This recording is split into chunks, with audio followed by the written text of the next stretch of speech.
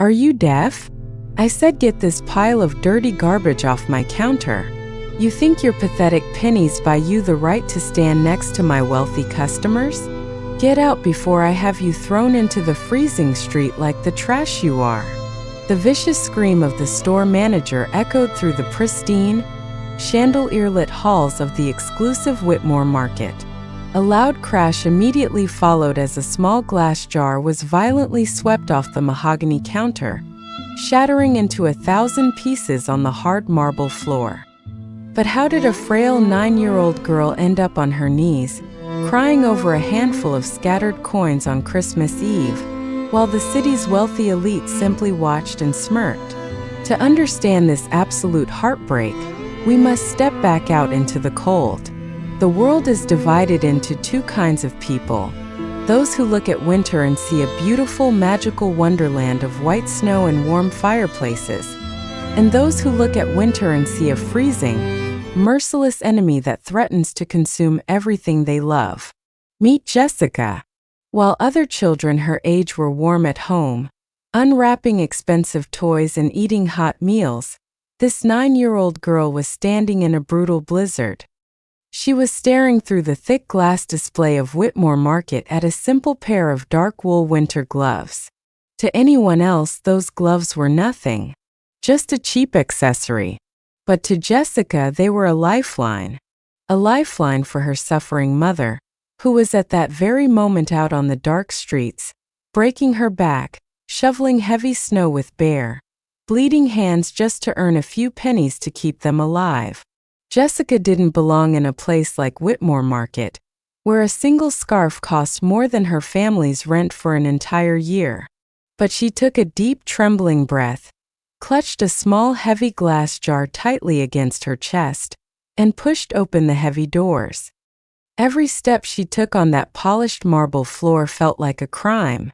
She could feel the heavy, suffocating weight of 100 judgmental eyes piercing through her back. The unspoken whispers filled the air like poison. What is a dirty, homeless girl doing in a place like this? Someone call security. But Jessica ignored their stares. She only cared about her mother. She walked straight to the grand counter, her heart pounding against her ribs. Behind it stood the store manager, a tall, pompous man in a perfectly tailored suit, looking down at her as if she were a disease that had drifted into his sanctuary. Jessica trembled, tears welling up in her large, innocent eyes. She placed her small glass jar carefully onto the smooth counter. Inside were old, scratched pennies, nickels, and dimes. Her voice cracked as she whispered her desperate plea. "Please, sir. I don't want any trouble. I just want to buy those winter gloves in the window. The ones that cost $3.99. My mom, she's out there shoveling snow in the freezing cold. Her hands are bleeding, sir. Tomorrow is Christmas. I want to give her something to keep her safe." The manager looked at the jar of dirty coins with a mocking sneer. $3.99? Those gloves are $4 plus tax. And what do you have here? Exactly $2.99. You are a full dollar short. Do you think Whitmore Market became the most exclusive store in the city by giving handouts to every penniless beggar? Jessica gripped the edge of the counter, sobbing quietly. "Please, sir. It's all the money I have in the world. I broke my piggy bank. I saved every penny for months. Just let me take the gloves today, and I swear I will find a way to bring you the extra dollar. Please don't make my mom work in the cold without gloves." It was at this exact moment that the manager's face turned red with uncontrollable disgust, leading to the horrifying climax we just witnessed. He raised his hand and violently swept the glass jar away, crushing her dignity and destroying her only hope. The $2.99 scattered wildly, rolling under the expensive leather shoes of the wealthy onlookers who did absolutely nothing to help. Imagine being only 9 years old, standing in a room full of people, and realizing that your love and your tears mean absolutely nothing to the world because you are poor. Before we find out who is standing in the dark corner of that very store, watching this entire cruelty unfold, and before we see the terrifying, calculated storm of justice that is about to hit this manager, we want to pause and ask you a question. Right now, as you are listening to this heart-wrenching story, what country are you watching this video from? Do you believe that a child should ever be treated with such cruelty on Christmas Eve? Let us know your country and your thoughts in the comments right below, because your voice matters. And trust me, you do not want to miss what happens next. The world outside the pristine glass of Whitmore Market was a freezing, merciless enemy. But to truly understand the heartbreak of what just happened on that polished marble floor, we have to leave the warmth of the chandeliers and the smell of expensive champagne. We have to travel back across town, to the forgotten side of the city, to a place where winter is not a beautiful holiday, but a brutal daily punishment. A place where the cold doesn't just bite at your skin, but sinks deep into your bones and stays there. It was a tiny rundown apartment, the kind of place where the heater had been broken since November, and the landlord had stopped answering the phone long before that. The wind howled violently through the cracks in the thin window panes, sounding like a wounded animal desperately trying to get inside. In this freezing, dimly lit room, 9-year-old Jessica lay under 2 thin, scratchy blankets, pretending to be asleep. It was 2 o'clock in the morning. The heavy wooden door creaked open, and a freezing gust of wind swept through the room, followed by the exhausted, trembling figure of her mother. She didn't turn on the main light, not wanting to wake her daughter. But in the pale, ghostly glow of the street lamp filtering through the frosted window, Jessica could see everything. Her mother leaned against the doorframe for a long moment, letting out a ragged breath that turned into a thick cloud of white mist in the freezing room. She looked so small, so fragile, completely defeated by the crushing weight of their reality. She had just returned from her 3rd shift of the day. When the city slept, when the wealthy elite were tucked warmly in their luxury beds, Jessica's mother was out on the dark, unforgiving streets. She worked a grueling, back-breaking job clearing heavy, wet snow from the driveways and sidewalks of the city's richest neighborhoods. She did it all by hand, swinging a heavy metal shovel for hours in sub-zero temperatures. And the most heartbreaking part of it all? She didn't even have proper winter gear. Jessica watched through half-closed eyes as her mother slowly, painfully unlaced her frozen boots. Then she walked over to the small kitchen sink and turned on the warm water. She let out a sharp, quiet gasp of pain. Jessica opened her eyes a little wider, her heart clenching tightly in her chest. Her mother's hands were a horrifying sight. They were swollen, raw, and violently red from the severe frostbite. The skin across her knuckles had cracked open like dry, parched earth, and tiny streams of dark blood seeped into the sink as the warm water hit them. She didn't have gloves. The cheap, thin cotton mittens she used had torn weeks ago, leaving her bare skin completely exposed to the biting ice and the rough, splintered wooden handle of the snow shovel. She stood there in the dark, quietly sobbing, wrapping her bleeding hands in old, torn rags held together by rubber bands. She thought her daughter was asleep. She thought she was suffering alone. But Jessica saw everything. A single hot tear rolled down the little girl's cheek, soaking into her thin pillow. At that moment, a fierce, burning determination ignited inside her tiny chest. She couldn't fix the broken heater. She couldn't pay the overdue rent. But she swore to God that her mother would never, ever have to shovel snow with bare, bleeding hands again. The next morning, the moment her mother left for her daytime shift cleaning floors at a local diner, Jessica sprang into action. She crawled under her small bed and pulled out an old, dusty shoebox. Inside the box was her most prized possession, a small, heavy glass jar. It was her piggy bank. For nearly a year, she had scavenged the freezing streets, picking up discarded pennies from the icy gutters, checking the coin return slots of vending machines, and saving the rare dimes her mother could spare. She sat on the freezing wooden floorboards, her tiny hands shaking with excitement and deep anxiety.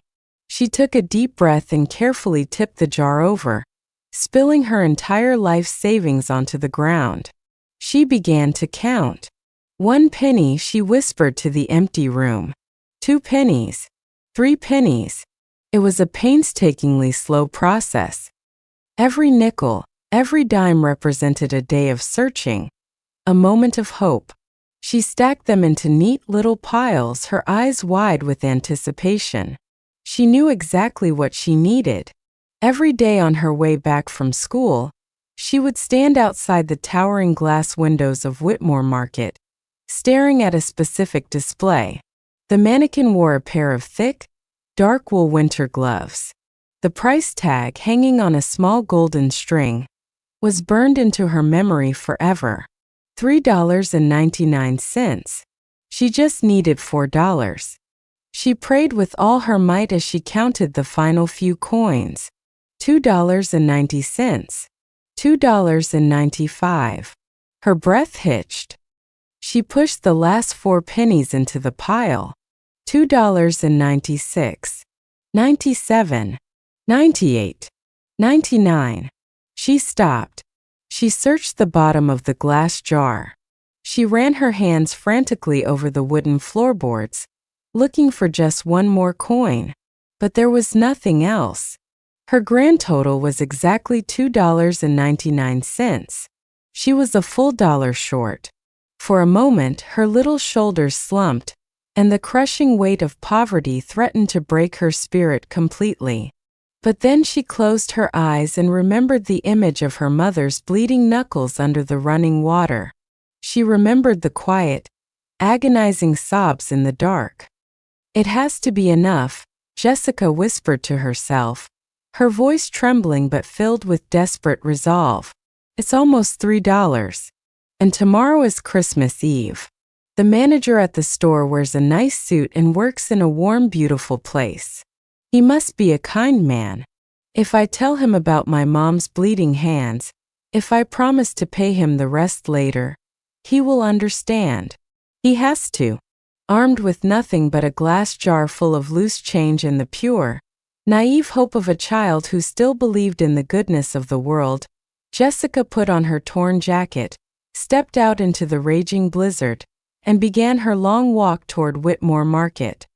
She had no idea that she was walking straight into a nightmare of cruelty, humiliation, and unimaginable heartbreak. If you are watching this, I want you to pause for a second and look deep into your own heart. Does it break you to see a 9-year-old child carrying the heavy weight of the world on her tiny shoulders? Have you ever felt the pure, desperate love of trying to protect a parent who sacrifices everything for you? Let me know in the comments below, because what happens next to this little girl, and the pure evil she is about to face inside that store, will make your blood boil. The freezing temperature inside that run-down apartment was nothing compared to the absolute, suffocating chill that was about to walk through the front door. To understand why Jessica was so desperate to buy those gloves, why she was willing to face the humiliation of Whitmore Market, you have to understand the nightmare she was leaving behind at home. The nightmare that her mother tried so desperately to shield her from. It was barely 7 in the morning on Christmas Eve. Jessica's mother had finally fallen into a restless, exhausted sleep on the worn-out sofa, her bleeding, bandaged hands resting heavily on her chest. Jessica was quietly sitting on the floor in the next room, silently counting her coins for the 5th time, making sure she still had exactly $2.99. Suddenly, the fragile silence of the apartment was shattered. The thin wooden front door didn't just open, it was violently kicked in. The deadbolt splintered, sending sharp pieces of wood flying across the cramped living room. Jessica froze, her heart leaping into her throat. She scrambled under her small bed, clutching her glass jar to her chest, peering through the crack of the bedroom door. Two men stepped into the apartment, bringing a foul gust of hallway air mixed with the sharp, sickening stench of stale alcohol and cheap cigarette smoke. The first man was Jessica's father, Marcus. His clothes were filthy, his eyes were bloodshot and erratic, and his hands trembled violently.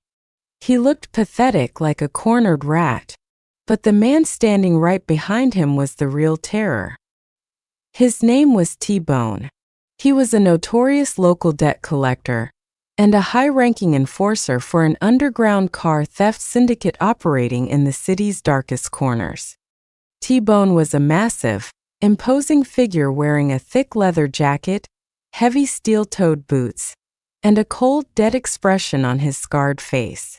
He didn't look angry. He looked completely terrifyingly bored.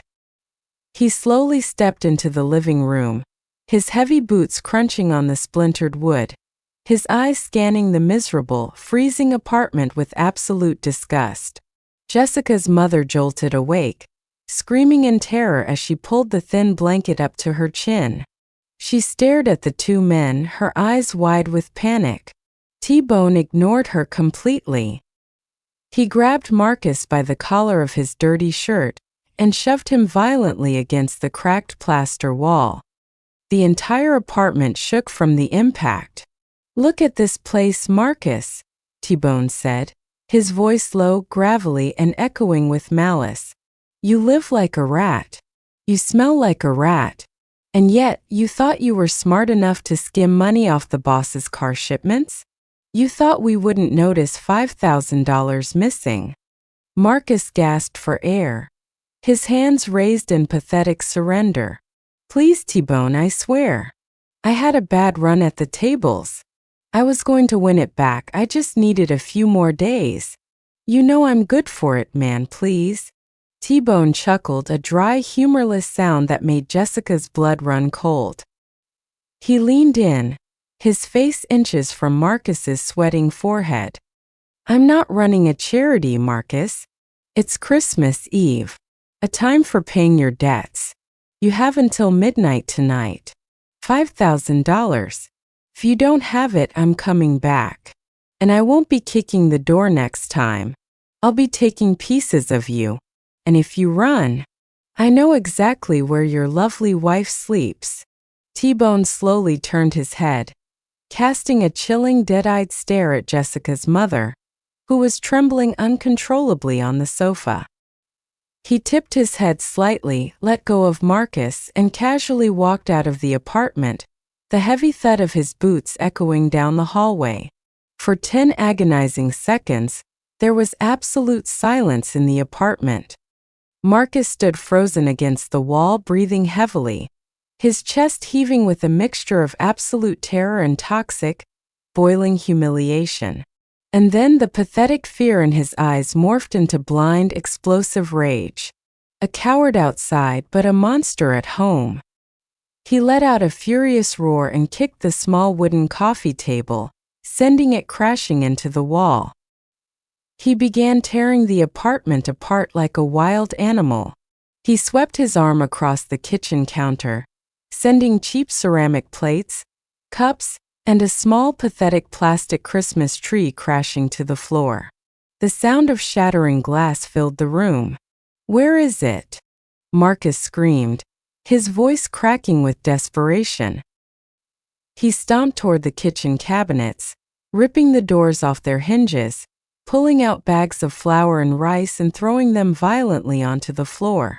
White powder exploded into the air, covering the broken dishes. "I know you have money stashed in this dump. Where is it, Mary?"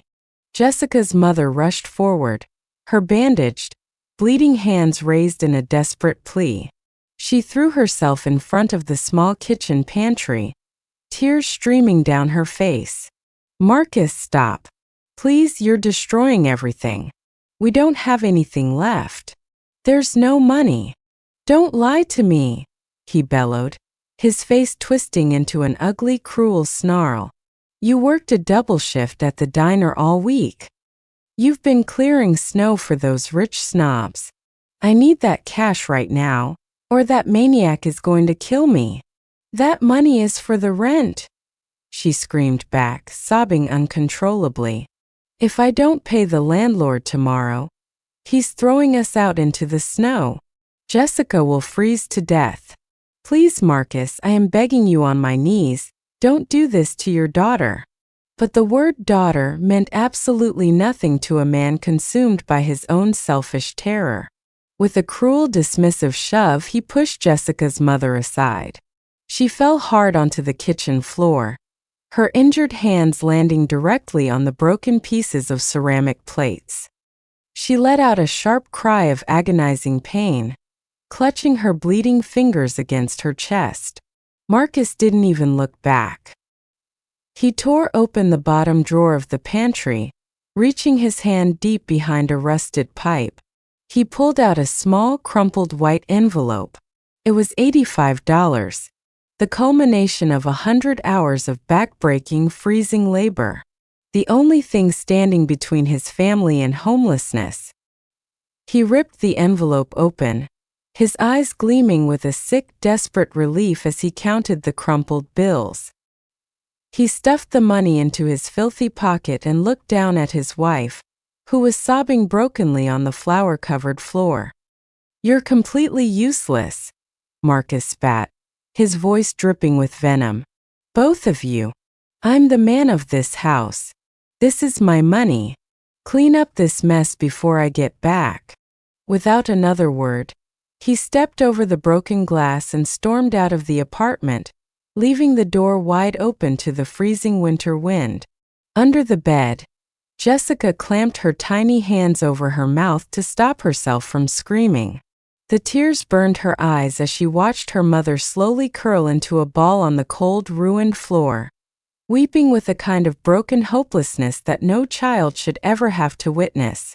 Her mother had sacrificed everything, and now she had absolutely nothing left. She didn't even have the money to keep the heat on. In that dark, freezing room, gripping her heavy glass jar of pennies, Jessica made a silent vow. Her father had taken their safety, their warmth, and their rent. But he was not going to take Christmas. She was going to go to Whitmore Market. She was going to get those gloves, no matter what it took. Have you ever felt the suffocating, silent terror of watching a toxic family member completely destroy the peace of your home? Have you ever witnessed the heartbreaking moment a mother sacrifices everything, only to have it ripped away by the very person who should be protecting her? Let me know your thoughts in the comments below. Tell me, if you were the billionaire quietly watching Jessica get humiliated in that store later that day, what kind of punishment would you prepare for a father like this? The sharp, deafening sound of shattering glass violently pulled the room back into the suffocating reality of the present moment. Inside the warm, luxurious sanctuary of Whitmore Market, the shattered remains of a 9-year-old girl's entire life savings lay scattered across the pristine marble floor. The contrast was absolutely sickening. Just hours ago, we saw the horrifying brutality Jessica's mother faced in that freezing, destroyed apartment, robbed of their last $85 by a toxic, terrified coward. And now, carrying the desperate, agonizing weight of that tragedy, Jessica was met with a different, yet equally devastating kind of cruelty. The cruelty of the wealthy, civilized elite. Dozens of dirty, scratched pennies, nickels, and dimes spun frantically across the polished white floor, reflecting the warm golden light of the expensive crystal chandeliers above. One of the dull, tarnished pennies rolled slowly across the aisle and came to a stop right next to the designer leather heel of a middle-aged woman. She was dripping in diamond jewelry, draped in an immaculate snow-white mink coat that cost more than Jessica's mother could earn in 10 lifetimes. The woman looked down at the dirty penny, then looked at the shivering, weeping African-American child on the floor. Instead of bending down to help, instead of offering a warm hand, the woman gasped in theatrical disgust, physically stepping back as if poverty were a highly contagious disease. She casually kicked the penny away and turned her back, taking a sip from her crystal glass of complimentary champagne. That single, silent action spoke louder than any scream. Jessica dropped to her freezing knees. Her tiny, trembling hands frantically scraped against the hard marble, desperately trying to gather her $2.99. She didn't care that the jagged shards of the broken glass jar were slicing into her freezing, numb fingers. She didn't care about the tiny drops of her own blood mixing with the melted snow dripping from her tattered boots. She only cared about the gloves. She was completely consumed by the terrifying image of her mother's cracked, bleeding knuckles. With her hands full of loose change and broken glass, Jessica slowly stood up. Her frail body was shaking uncontrollably, not just from the freezing winter air still clinging to her clothes, but from absolute, suffocating humiliation.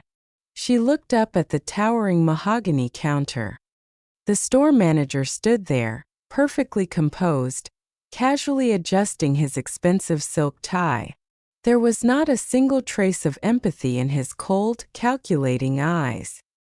He looked down at her with a sick, twisted sense of satisfaction, completely intoxicated by his own pathetic authority. Jessica took a shaky breath, swallowing the heavy lump of absolute despair in her throat. Her voice was a broken, haunting whisper that should have shattered the heart of any human being with a soul. "Please, sir," she begged, tears streaming down her freezing cheeks, falling onto the dirty coins in her bleeding hands. "You don't understand, my dad. He broke our door. He took all our rent money. He broke everything. We don't have heat, and my mom is out there right now, shoveling the ice with nothing but old rags on her hands. I know I am $1 short, but please, I will sweep your floors. I will clean the snow outside your doors every single day for a month. I will do anything you want. Just please let me take the gloves to her tonight. If I don't give her something to keep her warm, her hands are going to fall apart." The entire store fell into a heavy, oppressive silence. For a brief, suspended moment, the classical Christmas music playing softly from the hidden speakers seemed to mock the absolute tragedy unfolding in the center of the room. Dozens of wealthy shoppers had stopped browsing. They were all watching. They had heard every single word of the little girl's heartbreaking confession. They heard the raw, desperate pain of a child begging for her mother's survival. In a room full of millionaires, CEOs, and socialites, a single dollar was absolutely nothing. It was less than nothing. It was the amount they would tip a valet without even looking. Any single person in that room could have reached into their tailored pockets, pulled out a crisp, green bill, and ended the child's suffering in a fraction of a second. But nobody moved. The silence in Whitmore Market was not born out of shock. It was born out of an absolute chilling apathy. The manager leaned over the grand mahogany counter, resting his manicured hands on the smooth wood. A cruel, condescending smirk slowly crept across his face, exposing the absolute ugliness rotting beneath his expensive cologne and tailored suit. "Let me make this very clear to you, little girl," he whispered, his voice dripping with venomous sarcasm. "Whitmore Market is a place of luxury, prestige, and exclusivity. It is not a battered women's shelter. It is not a soup kitchen for broken families. Your domestic problems, your father's criminal behavior, and your mother's pathetic inability to buy a pair of gloves are not my concern. You are trespassing. You are staining my floor with your dirty boots and your bleeding hands. And you are disturbing my very important clientele." He didn't just reject her plea.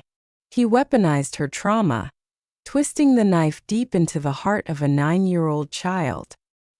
He raised his hand and snapped his fingers sharply in the air. "Security!" he barked, his voice suddenly loud and commanding, echoing off the crystal chandeliers. "Get this filthy street rat out of my store immediately. If she resists, throw her directly into the snowbank where she belongs." A massive, heavily built security guard in a dark uniform immediately stepped out from the shadows near the entrance, his heavy boots thudding aggressively against the marble floor as he marched straight toward the terrified little girl. Jessica stood frozen, clutching her bloody coins, her large eyes wide with pure, absolute terror as the massive man reached out to grab her thin, torn jacket. The wealthy crowd simply watched, complicit in their silence, completely comfortable with the child being physically thrown into a deadly blizzard. But right before the security guard's heavy hand could forcefully grab the little girl's shoulder, a single deep, calm voice cut through the suffocating tension of the room like a sharp steel blade.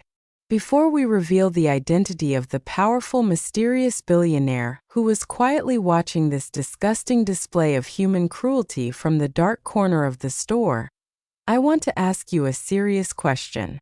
I want you to look deep inside your own conscience. If you were one of the wealthy customers standing in that store, watching a manager mock a weeping child whose family had just been destroyed, what would you have done? Would you have stayed silent like the rest of the cowards? Or would you have risked your own embarrassment to step forward and protect her? Let me know your honest answer in the comments below, because the brutal, calculated storm of karma that is about to strike this manager is something you will never forget. The heavy hand of the massive security guard was mere inches away from grabbing Jessica's frail, torn jacket. The little girl squeezed her eyes shut, bracing for the violent impact, her tears mixing with the tiny drops of blood from her scraped hands. The wealthy crowd watched in deafening, complicit silence, sipping their champagne, waiting for the dirty distraction to be removed from their pristine, opulent sanctuary. Touch that child, and I will personally make sure you never work another day in this city. The voice was not loud, but it carried an absolute, terrifying weight that instantly froze the air in the entire room. It was deep, perfectly calm, and resonated with a chilling, undeniable authority. The security guard stopped dead in his tracks, his heavy hand hovering mid-air, suddenly trembling. The arrogant store manager snapped his head toward the back of the store, his face twisting with irritation at the sudden interruption. From the dimly lit corner of the luxury coat section, a man slowly stepped forward. He didn't look like the rest of the flashy, diamond-covered elite in the room.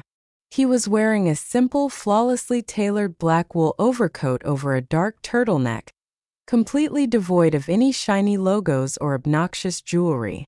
But the moment he walked into the bright light of the crystal chandeliers, the atmosphere in Whitmore Market completely collapsed. The wealthy shoppers who had just been smirking at Jessica's misery suddenly went pale. A collective, quiet gasp rippled through the crowd. Women instinctively lowered their crystal glasses. Arrogant businessmen who had been loudly boasting just seconds ago instantly fell silent, stiffening their postures, trying to blend into the background. The man walking toward the counter was Arthur Sterling. He wasn't just a millionaire. He was a billionaire. He was the founder and majority shareholder of Sterling Holdings, the massive private equity firm that practically owned half the commercial real estate in the city, including the very building they were standing in. He was the quiet, untouchable power that even the wealthiest people in the room feared and depended on. Arthur walked past the frozen security guard without even glancing at him. He knelt down on the cold marble floor, right into the puddle of melted snow and broken glass. He didn't care about his expensive coat. He didn't care about the dirt. He gently reached out and placed his large, warm hand over Jessica's tiny, trembling shoulders. "It's okay," Arthur whispered, his voice incredibly soft, a stark contrast to the brutal chill of the room. "Nobody is going to hurt you." He looked at her bleeding hands, the scraped knuckles, and the dirty coins clutched tightly in her small, freezing fists. A dangerous, cold fury flickered behind his calm eyes, but he kept his face completely composed. He carefully helped Jessica to her feet, shielding her fragile body from the hostile crowd. Then, Arthur stood up to his full height and slowly turned his gaze toward the store manager. The manager's arrogant smirk had completely vanished. The blood drained from his face, leaving him looking like a terrified ghost. His knees practically buckled as he realized exactly who was standing in front of him. He quickly wiped his sweaty, shaking palms on his expensive suit and stammered, his voice trembling with pathetic desperation. "Mr. Sterling, sir, what an absolute honor to have you in Whitmore Market tonight. I apologize for this disgusting disturbance. This little street urchin was just leaving. We were just clearing the trash so you could shop in absolute peace." "Shut your mouth," Arthur cut him off. He didn't raise his voice. He didn't have to. The quiet, deadly command echoed through the silent store like a gunshot. The manager choked on his own words, snapping his mouth shut. He stood paralyzed behind his grand mahogany counter, his chest heaving with absolute panic.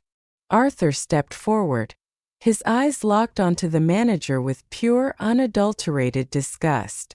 "You call yourself a manager of a luxury establishment? You wear a $5,000 suit, yet you possess the soul of a miserable, pathetic coward. You looked at a freezing, weeping 9-year-old child who came here out of pure, desperate love for her mother, and you decided to break her glass jar and mock her poverty for your own sick entertainment. You tried to throw her into a deadly blizzard over a single miserable dollar." Arthur reached into his inner coat pocket and pulled out a sleek, heavy black titanium card. He didn't hand it to the manager. He tossed it onto the counter, letting it slide smoothly across the polished wood until it hit the manager's shaking hand. "Ring up the dark wool gloves," Arthur commanded, his voice dripping with icy authority. "And then I want you to walk over to the premium winter section. You are going to personally fetch the thickest, warmest, most expensive thermal coat you have in this building. You will bring the highest grade waterproof boots, a pure cashmere scarf, and every piece of winter survival gear this store carries. And you are going to pack them into a bag with your own hands." The manager was shaking violently, sweat pouring down his forehead, ruining his slicked back hair. "Why, yes, Mr. Sterling. Right away, sir. I will give it to her on the house. It's complimentary. Please, you don't have to pay. I said ring it up." Arthur stepped closer, leaning over the counter, the sheer force of his presence crushing the manager's spirit. "I am paying for it. Because unlike you, I don't give empty charity to cover up my own rotten conscience. And let me make one thing crystal clear to you. If you ever, in your miserable life, speak to a child like that again, I will personally buy the holding company that owns this pathetic store, and I will dissolve it just to watch you stand in the unemployment line." The manager looked like he was about to faint. He frantically scrambled out from behind the counter, practically tripping over his own expensive leather shoes, and sprinted toward the premium winter section to gather the items. The wealthy crowd remained completely silent, their eyes glued to the floor, drowning in their own shameful complicity. They had thought their money made them superior, but Arthur Sterling had just reminded them that true power does not punch down. It protects. Arthur turned back to Jessica, the dangerous storm in his eyes instantly softening. He knelt back down, pulling a crisp, clean silk handkerchief from his pocket, and gently wiped the blood and dirt from her freezing hands. Jessica stared at him, her large eyes wide with pure shock and awe, unable to comprehend the miracle that was unfolding. "You are a very brave little girl," Arthur said warmly. "Your mother is incredibly lucky to have someone who loves her as fiercely as you do. You don't have to worry about the cold anymore. We are going to get you both exactly what you need." But as Arthur carefully wiped her small hands, he noticed the way she violently flinched, a deeply ingrained reflex of terror, when the security guard had simply raised his hand earlier. He remembered her desperate words about her father breaking their door and stealing the rent money to pay off a debt. This wasn't just the pain of poverty. This was the deep, haunting scar of a violent, chaotic home. Arthur's jaw tightened. He knew that giving her winter clothes was just a temporary bandage. The real monster, the man who had abandoned his family to the freezing cold and let ruthless criminals into their home, was still out there. And Arthur Sterling was not a man who left jobs half-finished. This moment of justice inside the store was incredibly satisfying. But the truth is, the deepest wounds in Jessica's life weren't caused by this arrogant manager. They were caused by the terrifying reality waiting for her back in that freezing apartment. Let me ask you this. When you see someone step up to protect a vulnerable child from the cruelty of strangers, does it restore your faith in humanity? And if you were Arthur Sterling, a man with limitless power and resources, and you realized this little girl was going home to a criminal father who destroyed her life, what kind of terrifying trap would you set to make sure that monster faced the absolute worst karma imaginable? Share your thoughts below, because the tactical, calculated revenge that is about to unfold is going to leave you completely speechless. The heavy glass doors of Whitmore Market closed behind them, shutting out the suffocating silence of the wealthy crowd. Outside, the blizzard was still raging, the freezing wind howling through the dark streets. But for the first time in her life, Jessica didn't feel the cold. She was wrapped in a thick premium thermal coat, her small feet tucked into insulated, waterproof boots that felt like walking on warm clouds. In her hands, clutched tighter than anything she had ever held, was the small shopping bag containing the dark wool winter gloves for her mother. Waiting at the curb was a sleek, jet-black Maybach, its engine purring quietly against the storm. A driver in a crisp suit immediately stepped out, holding an umbrella to shield them from the snow, opening the heavy door with a respectful bow. Arthur Sterling gently guided Jessica into the warm, luxurious leather back seat before sliding in beside her. As the massive car pulled away from the curb, leaving the glittering lights of the exclusive market behind, Jessica stared out the tinted window. Felt like a dream. Just 20 minutes ago, she was on her knees, crying over broken glass and scattered pennies, waiting to be thrown into the snow. Now she was sitting next to a man who commanded the world with a single whisper. But as the Maybach glided smoothly across the city, leaving the pristine avenues and entering the forgotten, decaying neighborhoods of the Lower East Side, Arthur's demeanor shifted. The warm, comforting smile he had given Jessica in the store faded, replaced by a sharp, calculating focus. He looked at the crumbling brick buildings, the flickering streetlights, and the deep, unplowed snow blocking the narrow roads. He was a man who owned entire city blocks, but seeing the brutal reality of where this brave little girl had to survive ignited a cold, dangerous fury in his chest. The luxurious car finally rolled to a stop outside a dilapidated apartment building. The front steps were covered in treacherous black ice. The hallway lights were entirely burned out, leaving the entrance swallowed in pitch darkness. Arthur instructed his driver to wait. He stepped out into the freezing wind, took the heavy shopping bags filled with premium winter survival gear, and followed Jessica up the narrow, creaking staircase to the third floor. When they reached her apartment, Arthur stopped dead in his tracks. The reality of the violence was worse than he had imagined. The heavy wooden door had been violently kicked open, its frame splintered and hanging off the hinges. The freezing winter wind was blowing directly into the living room, making the inside of the apartment just as unbearably cold as the street outside. Arthur stepped inside, his expensive leather shoes crunching softly against the broken ceramic plates and spilled flour that covered the kitchen floor. Sitting on the worn-out sofa, shivering uncontrollably under a thin, useless blanket, was Jessica's mother, Mary. Her face was pale, her eyes red and swollen from crying. She was desperately holding her bleeding, bandaged hands against her chest, trying to preserve whatever body heat she had left. When she heard the footsteps, she flinched violently, a terrifying reflex born of pure trauma. She looked up, expecting the monsters to have returned. Instead, she saw her daughter. Jessica ran across the ruined room, tears streaming down her face, and threw her arms around her mother's neck. Mary let out a broken sob, burying her face in Jessica's new warm coat, completely bewildered by what she was seeing. "Mom, look!" Jessica cried happily, pulling the small bag from her pocket. "I got them. I got the gloves. You don't have to freeze anymore." Mary stared at the thick, premium dark wool gloves in absolute disbelief.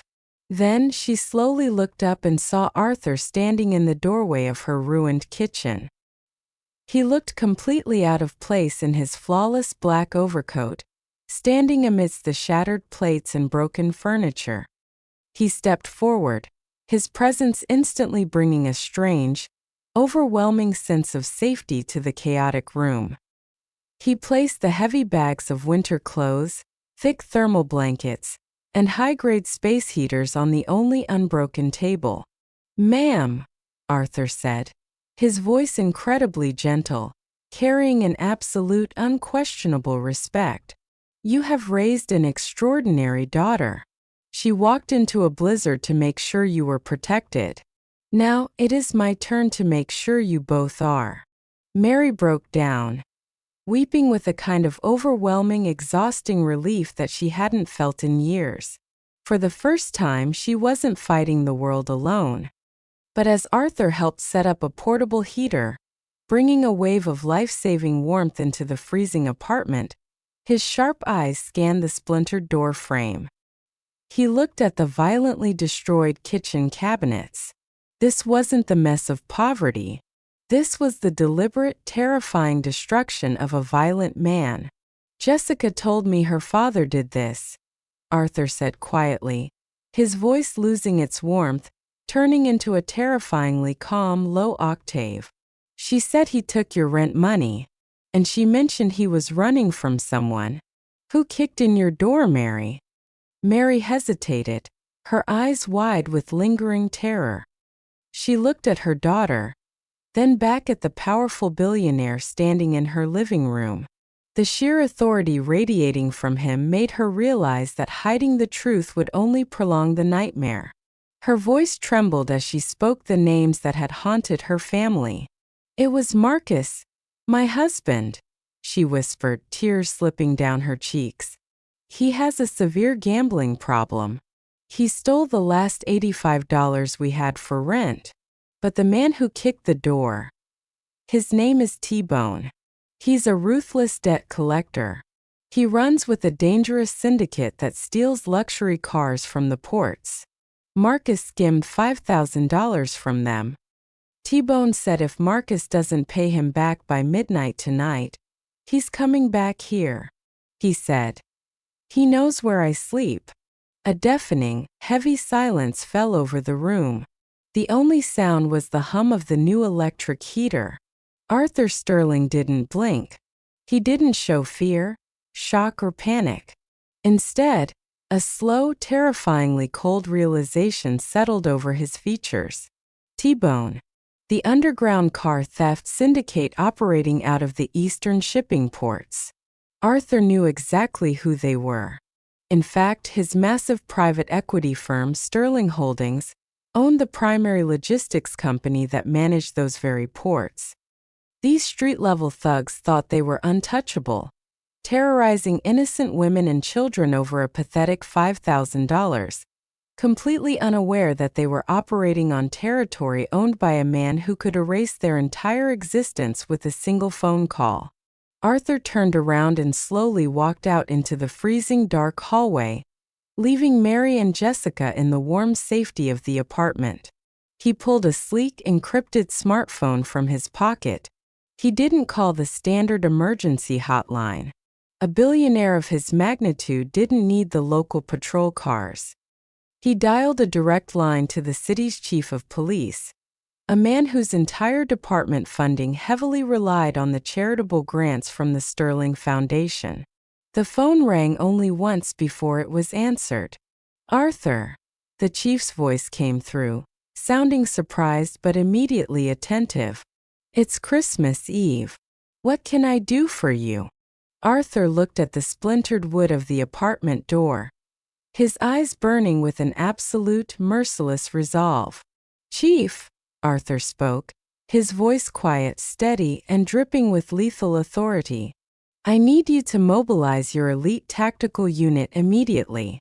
I have the exact location of the Eastern Port Car Theft Syndicate, and I know exactly where their enforcers are going to be tonight at midnight. I don't want arrests. I want an absolute, undeniable show of force. I want their empire completely dismantled before the sun comes up." He hung up the phone.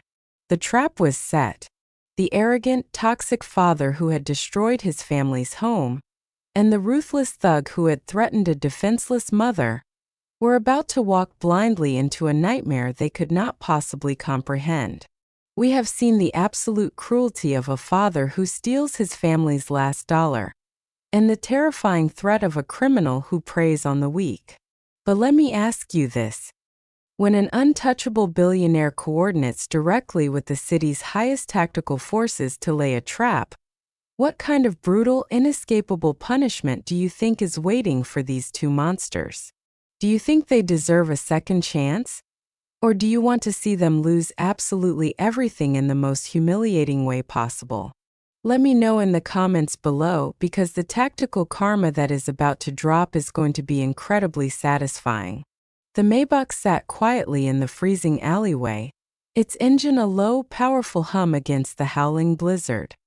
Inside the soundproof, climate-controlled cabin, Arthur Sterling looked like a shadow, his face illuminated only by the cold, blue light of his encrypted tablet. He wasn't just a wealthy businessman. He was an apex predator who operated in a world where power was measured in absolute control. T-Bone and his pathetic syndicate thought they ran the Eastern Docks. They had no idea that Sterling Holdings owned the very concrete their warehouse was built on, the shipping containers they hid behind, and the logistics network they used to move their stolen cars. They were trespassing in Arthur's kingdom, and they had just threatened a family under his protection. Arthur tapped the screen, pulling up the real-time architectural blueprints of Pier 42. He sent the encrypted files directly to the police commissioner's private server. He didn't ask for a favor. He issued a directive. "I want all 6 exits blocked before your men even step out of their vehicles." Arthur's voice was a terrifyingly calm whisper over the secure line. "Cut the grid. Plunge the entire block into darkness. I don't want a standard raid. I want an overwhelming psychological collapse. These men prey on the weak. I want them to understand what it feels like to be completely, utterly powerless." Across the city, nestled deep within the industrial wasteland of the eastern ports, the blizzard hammered against the rusted metal roof of Warehouse 7. Inside, the air was thick with the suffocating stench of motor oil, cheap stale beer, and the sharp burning smell of welding torches. This was T-Bone's sanctuary. Dozens of high-end luxury cars, stripped of their license plates and GPS trackers, sat in various stages of being dismantled by a crew of hardened criminals. T-Bone sat heavily on a leather sofa ripped out of a stolen Mercedes, wiping grease off his massive hands with a dirty rag. He checked his heavy gold watch. It was nearing midnight. The heavy steel side door of the warehouse rattled and violently slammed open, letting in a blinding gust of snow. Marcus stumbled inside, looking like a pathetic drowned rat. His clothes were soaked, his face pale and shivering violently. He looked around the massive, intimidating room, shrinking under the cold, predatory stares of T-Bone's crew. He slowly walked toward the center of the room, his hands shaking so hard he could barely reach into his pocket. "Well, well," T-Bone sneered, his deep voice echoing over the sound of the heavy machinery. "Look who decided to show up. It's almost Christmas, Marcus. Tell me you brought my $5,000, or tell me you're ready to die." Marcus fell to his knees in the grease-stained dirt. He pulled out the crumpled, pathetic white envelope he had violently stolen from his weeping wife just hours ago. He placed it on the floor with trembling hands. "T-Bone, please. I had a bad run. The tables were rigged, I swear. This is all I have. It's $85. It was my family's rent money. I took everything they had. Just give me one more week. I'll get the rest, I promise." A heavy, sickening silence fell over the warehouse. The mechanic stopped working. T-Bone slowly stood up, his massive frame towering over the pathetic, shivering father. He walked over, the heavy thud of his steel-toed boots echoing like a death sentence. He didn't even look at the envelope. He looked down at Marcus with a mixture of profound disgust and sadistic amusement. $85? T-Bone whispered, leaning down. "You stole your family's rent money, left them freezing in a broken apartment, and brought me $85 to cover a $5,000 debt? You really are the most pathetic piece of garbage I have ever met, Marcus." T-Bone suddenly grabbed Marcus by the throat, lifting the grown man completely off the floor with one arm. Marcus choked, his legs kicking frantically in the air, his face turning a dark, bruised purple. "I warned you," T-Bone snarled, his dead eyes fixed on Marcus's terrified face. "I told you I wasn't running a charity. I told you I knew exactly where your wife sleeps. Since you can't pay your debt, I'm going to take it out of her. Boys, grab your gear. We're taking a ride to the Lower East Side. We're going to pay Marcus's lovely wife a Christmas visit, and we're going to strip that apartment down to the copper wiring." Marcus sobbed, completely helpless, not out of fear for his family, but out of absolute terror for his own miserable life. T-Bone threw him violently into a stack of empty oil drums. The metal crashed loudly, echoing through the cavernous space. T-Bone's men laughed, grabbing their heavy coats and steel pipes, casually preparing to go destroy an innocent woman's life. They felt invincible. They felt like the kings of the underground. They had absolutely no idea that outside, the nightmare had already arrived. Through the blinding, howling snowstorm, totally silent and practically invisible, 3 black armored Bearcat tactical vehicles rolled up to the perimeter of the warehouse. They didn't use sirens. They didn't flash their lights. Over 40 heavily armed SWAT operators, dressed in full tactical gear, night vision goggles, and carrying suppressed automatic rifles, dismounted with terrifying precision. They moved like ghosts through the blizzard, completely surrounding the massive building. Snipers set up positions on the rusted shipping containers directly across from the loading docks, their laser sights cutting through the falling snow, locking onto the windows. The tactical commander stood by the main breaching point, watching a live thermal feed on his monitor. He could see the bright red heat signatures of T-Bone, Marcus, and the rest of the syndicate inside, completely oblivious to the massive trap that had just snapped shut around them. The commander raised his hand, holding up 3 fingers. 2, 1. He tapped his radio. "Cut the power." Inside the warehouse, T-Bone was just putting on his thick leather jacket, a cruel smile on his scarred face as he prepared to leave. Suddenly, with a loud, heavy mechanical crash, the massive industrial floodlights on the ceiling violently shut off. The deafening hum of the machinery died instantly. The entire warehouse was plunged into absolute, pitch-black darkness. The cruel laughter of the gang instantly vanished. For 3 agonizing seconds, There was nothing but the sound of the wind howling outside and the sudden terrifying silence inside. "Who hit the breaker?" T-Bone yelled into the darkness, his voice suddenly laced with a creeping edge of panic. "Get the backup generators online right now." But the generators didn't turn on. The heavy steel roll-up doors, controlled by the electronic grid, were completely deadlocked. They were trapped inside a pitch-black freezing steel cage. And then through the silence, they heard the sound that makes even the most hardened criminals freeze in absolute terror. The sharp, metallic clatter of heavy breaching charges, magnetically locking onto the four main reinforced steel doors of the warehouse simultaneously. The trap wasn't just set. It was about to detonate. We have seen the absolute arrogance of criminals who think they can prey on the weak without consequences.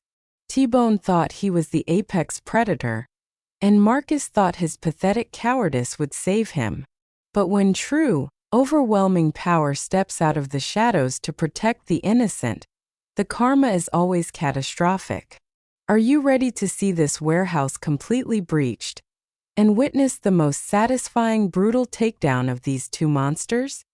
If you are waiting for the exact moment Marcus and T-Bone realize their lives are officially over, let me know in the comments below, because the tactical karma about to drop in the next part is going to leave you absolutely breathless. For deafening explosions ripped through the freezing night air simultaneously. The massive reinforced steel doors of Warehouse 7 didn't just open, they were violently blown inward, sent flying across the grease-stained floor like pieces of cheap, discarded tin. Before the terrifying echo of the breaching charges could even fade, the pitch-black warehouse was instantly flooded with blinding, disorienting tactical strobe lights, and the piercing red beams of dozens of laser sights cutting sharply through the thick, choking smoke. The absolute, overwhelming force of the city's elite tactical unit poured into the building like an unstoppable avalanche of black armor and suppressed weaponry. The deafening, synchronized screams of heavily armed operators echoed off the metal walls, commanding everyone to drop to the floor. The hardened criminals of the car theft syndicate, the very men who had just been laughing at the prospect of terrorizing an innocent mother and child, completely shattered under the psychological weight of the ambush. These street-level thugs, who thought they were untouchable predators, instantly dropped their steel pipes and cheap handguns. They fell to their knees in the grease and dirt, sobbing and begging for their lives, their previous arrogance evaporating in a matter of seconds. But T-Bone, the massive scarred enforcer who had just held Marcus by the throat, was not going to surrender. His survival instinct, honed by years of running the underground, kicked in. He dropped Marcus into the dirt and sprinted blindly through the chaotic crossfire toward the back of the warehouse, where a heavily modified matte black Dodge Charger sat idling on a testing ramp. It was a high-performance interceptor they had just finished stripping, packing over 700 horsepower. Marcus, driven by pure, pathetic panic, scrambled off the floor like a terrified rat and chased after T-Bone, diving headfirst into the passenger seat of the Charger just as T-Bone slammed the driver's door shut. T-Bone didn't care about saving Marcus. He just didn't have time to kick him out. He threw the heavy muscle car into gear, slammed his heavy steel-toed boot onto the gas pedal, and the massive engine roared with a deafening mechanical fury. With the tires spinning wildly and burning rubber against the concrete floor, T-Bone aimed the massive vehicle directly at the aluminum siding of the rear loading dock. The Charger smashed through the thin metal wall like it was made of paper, launching out into the raging blizzard and hitting the snow-covered street with a violent, bone-rattling crunch. T-Bone gripped the steering wheel, his chest heaving, his eyes wide with a manic, desperate adrenaline. He looked in the rearview mirror and let out a vicious, breathless laugh. They had broken the perimeter. They were out in the open city, and with the blizzard raging and the roads covered in treacherous black ice, He believed there was absolutely no police cruiser in the city that could catch a custom-built track car. But T-Bone had completely underestimated the man who orchestrated this nightmare. Arthur Sterling hadn't just sent the police, he had sent the absolute best. Less than 3 seconds after the Charger smashed through the warehouse wall, 2 unmarked, reinforced police interceptors tore out of the alleyway, completely blacked out, with no sirens and no flashing lights. They didn't chase T-Bone like standard patrolmen. They pursued him with the silent, terrifying, and calculated precision of a military drone locking onto a target. The high-speed chase through the frozen, abandoned industrial district was a terrifying display of mechanical violence. T-Bone pushed the Charger to its absolute limits, drifting recklessly around icy corners, smashing through chain-link fences, and tearing down narrow alleyways at nearly 100 miles per hour. In the passenger seat, Marcus was screaming in pure, unadulterated terror, clutching the dashboard with his eyes squeezed shut, praying to a god he had abandoned long ago. But no matter how fast T-Bone drove, no matter how many dangerous maneuvers he pulled on the deadly black ice, the 2 unmarked interceptors remained glued to his rearview mirror.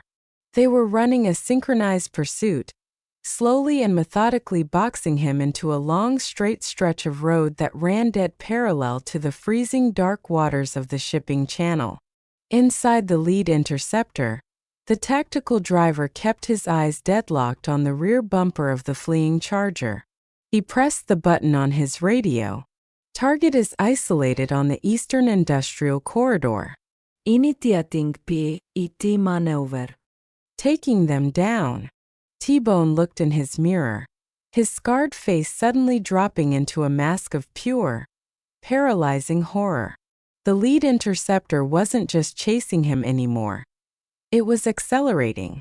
The heavy, reinforced push bumper of the police vehicle surged forward, closing the final few feet of distance in the blink of an eye. At exactly 80 miles per hour, on a road coated in deadly slick ice, the tactical driver executed a flawless textbook precision immobilization technique. The heavy steel bumper of the police interceptor made violent, precise contact with the rear quarter panel of the Dodge Charger. The police driver sharply turned the steering wheel, applying hundreds of pounds of lateral force directly to the rear axle of T-Bone's vehicle. The laws of physics took over with brutal, unforgiving speed. The massive muscle car instantly lost all traction. The rear end violently snapped sideways, sending the vehicle spinning out of control across the icy asphalt. T-Bone screamed, desperately ripping the steering wheel in the opposite direction, but he was completely powerless. The car skidded sideways, the tires screaming against the ice, before the rims caught the raised edge of the concrete sidewalk. The massive 2-ton vehicle violently lifted off the ground. It flipped through the freezing air, the sound of crushing metal and shattering glass echoing through the empty streets, before slamming down hard onto its roof. It slid upside down for another 100 feet, throwing a terrifying shower of orange sparks into the blizzard, before violently crashing into a reinforced steel light pole and coming to a dead, smoking halt. The terrifying silence that followed was broken only by the sound of hissing radiator fluid and the crunching of heavy tactical boots approaching the wreckage.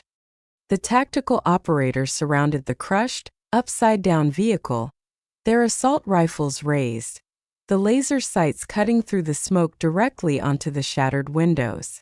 T-Bone and Marcus were still alive, trapped upside down, bleeding, disoriented, and completely broken. Heavy, armored hands reached through the shattered windows, grabbed them by the collars of their jackets, and violently dragged them out of the smoking metal carcass. They were thrown face-first into the freezing, dirty slush of the asphalt. The cold, heavy steel of handcuffs was violently ratcheted tightly around their wrists. Marcus was sobbing hysterically, his face pressed into the freezing mud, the arrogant, abusive father reduced to a pathetic, weeping coward in the gutter. T-Bone lay next to him, his face bleeding, staring up at the tactical operators in absolute silent shock. In less than 10 minutes, his entire criminal empire, his freedom, and his untouchable arrogance had been completely and utterly annihilated. The tactical karma had dropped and it was absolute. Watching a man who destroys his own family and a criminal who preys on the weak get ripped out of a crushed car and shoved face first into the freezing mud is a very specific kind of justice. But I have to ask you, does this violent high-speed takedown completely satisfy your anger towards these two men? Do you think the absolute terror Marcus felt in that spinning car was enough of a punishment for what he did to his little girl? Let me know exactly how you feel in the comments below. And stick around because the morning is about to break, and what Arthur Sterling does for Jessica's mother the next day will leave you in absolute tears. The blizzard finally broke just as the sun began to rise on Christmas morning. The terrifying howling wind that had tormented the city for days was replaced by a profound, peaceful silence. Golden morning light reflected off the fresh, pristine snow, painting the city in a warm, hopeful glow. But the greatest transformation of the day wasn't happening in the sky. It was happening inside the hearts of a mother and daughter who had finally woken up from a seemingly endless nightmare. Inside the broken apartment on the Lower East Side, the brutal biting cold was gone. The heavy-duty space heaters Arthur Sterling had brought had turned the freezing room into a warm, safe haven. For the first time in years, Mary had slept through the entire night. She didn't have to wake up in terror, listening for the sound of a drunken husband kicking the door. She didn't have to wrap her bleeding hands in dirty rags to go shovel ice in the dark. She opened her eyes to see Jessica sitting by the frosted window, wearing her new thick thermal coat, holding the dark wool winter gloves she had fought so hard to buy. Jessica wasn't crying anymore. She was smiling, a pure, radiant smile that completely erased the deep trauma of the day before. A sudden, firm but incredibly respectful knock echoed from the hallway. Mary instinctively tensed, her heart skipping a beat, but Jessica ran to the doorway. It wasn't the police, and it certainly wasn't a debt collector. It was Arthur Sterling. He was standing in the dim, terrible hallway, still wearing his immaculate black overcoat, holding a thick premium leather folder in his hand. He stepped inside, his calm, authoritative presence once again filling the small room with an undeniable sense of absolute security. He didn't bring more charity bags. He brought something far more powerful. He brought a future. Arthur walked over to the small, broken kitchen table and placed the leather folder gently in front of Mary. He looked at her bandaged hands, then looked directly into her eyes with a profound, unwavering respect. "Mary," Arthur spoke, his voice steady and deeply sincere. "Yesterday your daughter walked into a blizzard and faced the absolute worst of human cruelty because she was desperately trying to protect you. And you have spent your entire life breaking your back, bleeding in the snow to protect her. I don't believe in giving handouts to strong people. I believe in giving them the foundation they deserve to build their own empire." Mary's hands trembled as she slowly opened the leather folder. Inside, sitting crisp and white, was a real estate deed. It wasn't a rental agreement. It was the absolute ownership title to a beautiful 3-bedroom suburban home in one of the safest, most prestigious family neighborhoods in the city. The property was fully paid off. The taxes were covered for the next 10 years. No more slumlords. No more broken heaters. No more living in absolute terror. But Arthur wasn't finished. He placed a second document on top of the deed. It was a formal corporate employment contract, stamped with the golden seal of Sterling Holdings. "My logistics and community outreach division requires a new regional director," Arthur continued, his tone shifting into that of a commanding visionary CEO. I deal with executives who crumble under the slightest pressure. A woman who can survive the freezing streets, who can endure unimaginable abuse and still wake up every single day to provide for her child. That is the exact kind of fierce, unbreakable resilience I need running my operations. The starting salary is $150,000 a year, with full medical benefits for both you and Jessica. Your days of shoveling snow are permanently over. Mary stared at the documents, her vision blurring as hot, heavy tears streamed down her face. She collapsed into her chair, sobbing with a kind of overwhelming, exhausting relief that shattered every wall she had ever built to survive. She pulled Jessica into her arms, burying her face in her daughter's shoulder. They weren't just saved, they were completely, irrevocably reborn. And while the warmest, most beautiful Christmas morning was unfolding for a mother and daughter, a cold, terrifying reality was simultaneously crushing the monster who had tried to destroy them. Miles away, in the deepest, darkest subbasement of the downtown Central Precinct, Marcus was sitting in a freezing, sterile concrete interrogation room. The arrogant, toxic father who had violently destroyed his own kitchen for $85 was completely gone. In his place was a pathetic, shivering, broken man wearing a thin orange jumpsuit. His face was deeply bruised from the terrifying rollover crash, his hands cuffed tightly to a heavy steel table. The heavy iron door slammed open, and two federal detectives walked in, dropping a massive stack of files onto the table. T-Bone and his entire underground car theft syndicate had been completely dismantled in a single night. Because of his direct involvement in the illicit logistics, his grand larceny, and the horrific domestic abuse charges heavily backed by the limitless legal power of Arthur Sterling, the district attorney was showing absolutely zero mercy. "Merry Christmas, Marcus," the lead detective said coldly, looking down at him with absolute disgust. "Your friends at the port are going away for a very long time. And you? With the evidence we have, you are facing a mandatory minimum of 10 years in a maximum security federal penitentiary. You have lost your family. You have lost your freedom. You have absolutely nothing left." Marcus broke down, weeping loudly, burying his bruised face in his chained hands. He was completely trapped in a freezing, lonely hell of his own making, a hell he would not escape for an entire decade. The heavy steel door of his cell slammed shut with a deafening final echo, locking away his miserable arrogance forever. We have just witnessed the ultimate, satisfying destruction of a man who preyed on his own blood, and the beautiful resurrection of a family who deserved the world. But I have to ask you, and I want you to answer with absolute honesty. You saw the pure terror he caused his wife. You saw him steal the last few dollars his daughter needed to survive.